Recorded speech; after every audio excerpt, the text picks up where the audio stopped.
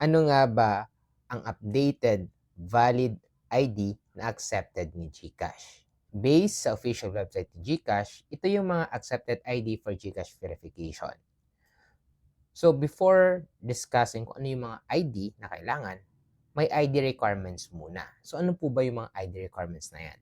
First is yung valid ID ninyo, dapat hindi siya expired at valid ID siya. Meaning by valid is at isa siya sa mga ID na accepted ni GCash, which I will share kung ano yun later.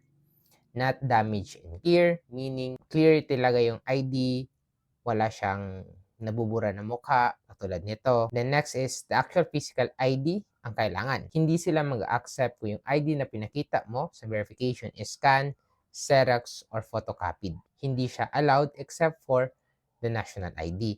Pero yung sinasabi natin except for national ID, ito yung sa PhilSci na national ID na mismo si PSA yung nagprint. Hindi ikaw yung dapat magprint. Si PSA dapat. So here are the list of accepted ID. So for Filipino, 18 years old with page SIM, ina-accept nila po is yung national ID, yung card type, digital, at yung paper type. Yung paper type is yun nga.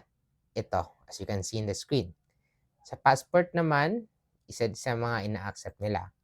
Pag-ibig Loyalty Plus, Driver's License, Philippine Postal ID, PRC ID, UMID, and SSID. So for mga bata, GCash Junior na verification 7 to 17 years old with page SIM, ito yung ina-accept. National ID, card or paper type, digital, passport, and student ID. Pero, based on here, hindi lang ito dapat ang kailangan. Meron pang iba. So, click here natin ha. Saglit lang.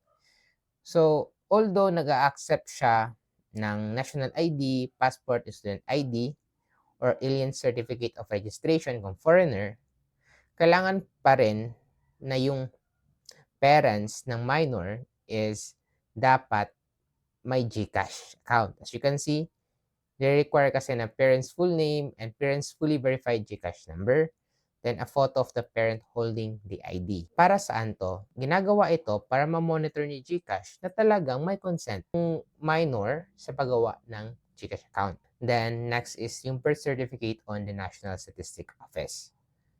So, how about yung mga overseas or Filipino abroad with non-page SIM? Marami yan. Yung requirements nila is national ID, passport, pag-ibig, driver's license, Philippine Postal ID, PRC ID, UMID, SSID.